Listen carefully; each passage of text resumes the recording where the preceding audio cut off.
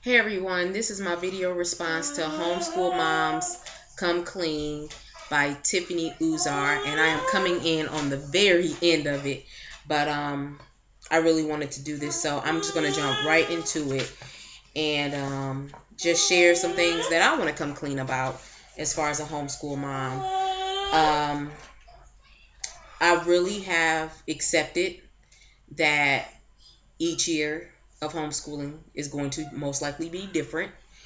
And for me, last year was a lot smoother as far as homeschooling my big guy because I was just homeschooling him. I mean, I was doing learning with my little one, but we've integrated him more as far as getting a routine with him this summer and now in the fall. So we've done a lot more learning, scheduled learning with my little guy. And so now doing two of them, that's been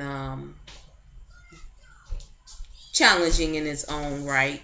Also, what's different this year is my big guy's sleep schedule. His sleep schedule's always been erratic, but this year it's a little bit more erratic. He's been sleeping more during the day and up more at night, and by the time it's nighttime, I am just tired and not in the place to do much hands-on learning with him. So I've had to rely a little more on audio visual learning materials for him. But within the last couple of weeks, his sleeping has kind of evened out, and he's been staying awake a lot more during the daytime. So we've been able to get more accomplished. But that's something I've had to accept, is that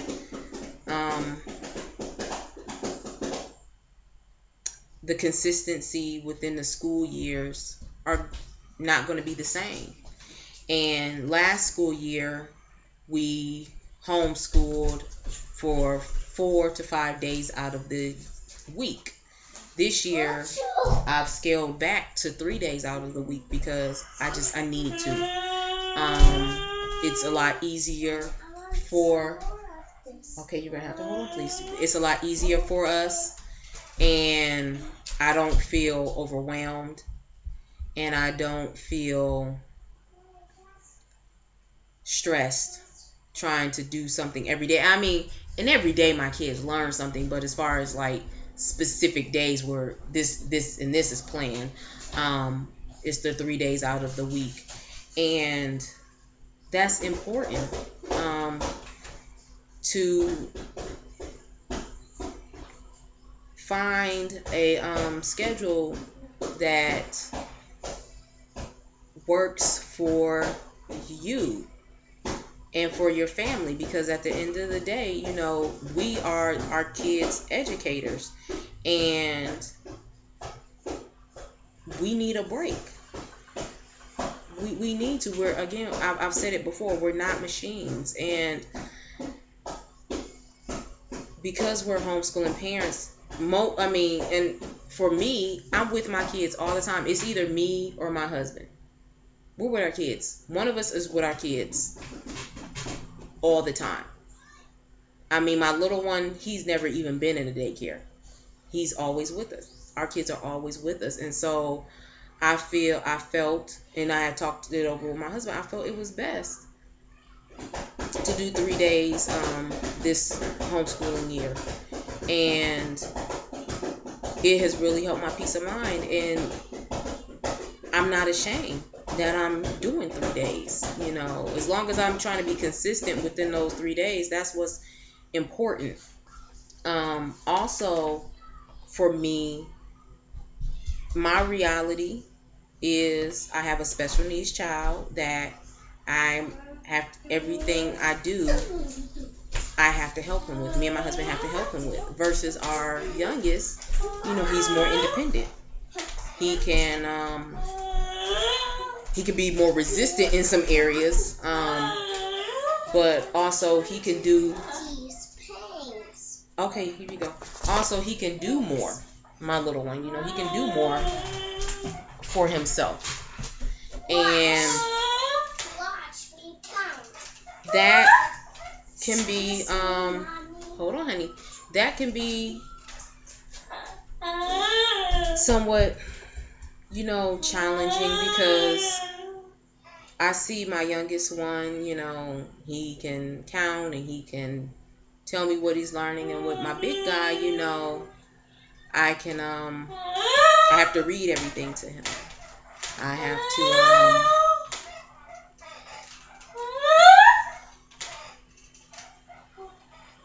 again, I have to, everything he needs help with.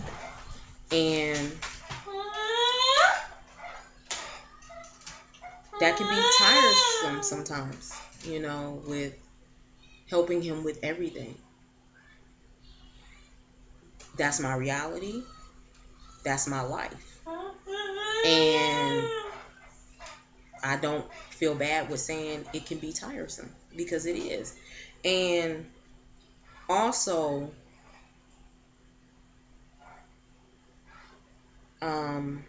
another reality of mine is I realize that the homeschooling community is growing. When I started homeschooling, I was the only one I knew that homeschooled, and then I met another mom, and then I met another mom. So I know 5 homeschooling moms, and I would make the 6th homeschooling moms, but I'm the only one that has a special needs child. So that makes it, different when they're talking about, curriculums or certain things they're doing with their kids. I can't join in the conversation as much, because even though I have my little one, some of their kids are older, or maybe, the same. Some of them might be the same age as my child, but some of their kids may be older than my younger one and doing, more school aged curriculum, and I can't join in on that. But I appreciate, and that, hold on, honey. I appreciate that they know I have a special needs child, and they still hear and want to know what I'm doing with him, and I appreciate that. I do. I appreciate that. But I realize I'm in the majority. Even on YouTube, I'm in the majority. I've met a lot of nice homeschool moms. Some have told me they have kids that have autism, but their kids can still function and, have some self-sufficiency.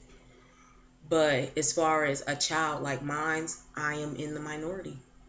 I have not come across anybody else that has a child that is similar to my son in his condition. And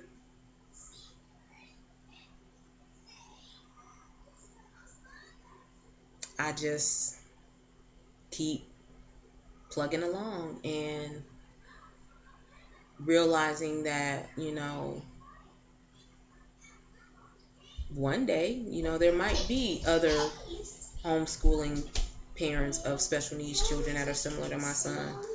And hold on, honey. They'll come across these videos and see she was doing it, and she, tried to stay consistent and keep her goal and mission the forefront of why she's homeschooling her special needs son. And that is to give him the best education possible and the best quality of life, and to see some increase in his quality of life. Hold on, honey. Another thing is with my youngest, we have a play group that we get with, and then I take him to other events, and he sees other kids with their siblings, but When we talk about his brother, he's the kid that has a special needs brother. And we do know some other kids that have some special needs siblings. But again, that makes my son, my youngest son, in the minority as far as a sibling, a child that has a sibling that has a special needs. And so it just makes our homeschooling journey just it's different. And a lot of, I mean, everybody's homeschooling journey is different, but ours is different in that regard, you know. And so it's not always easy every day to homeschool. And I think what I'm trying to learn is, especially with my two kids, I know my youngest is going to continue to thrive and learn more and be able to do more. I never want to shortchange my big guy in his education just because his little brother can do more. Hold on, honey. I never want to shortchange his education, his development, and even if I can't get done everything I wanted to do with my big guy in that day, what I do with him, making sure I do it with a heart of love, making sure I'm doing it with the intention of giving him my best. And I have to pray and ask God for that. Like when I'm done with my little one sometimes and now it's time to switch gears to my big one, I have to pray and say, okay, Lord, you know, help me to focus in on my big guy and on his needs and to give him my best and help him to, in the best of his ability, understand and retain what I'm teaching him. Because sometimes by the time I'm done with the little one, I'm tired because the little one has been resistant and, you know, defiant and just making his time of learning a little bit more challenging. So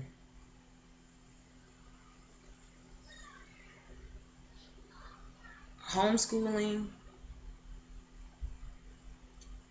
it's a challenge. And every morning and every day when I do our learning, I wake up to accept that challenge and realizing every day, you know what, you're going to have to tweak some things, or you may not be able to do everything you had planned, and accept that.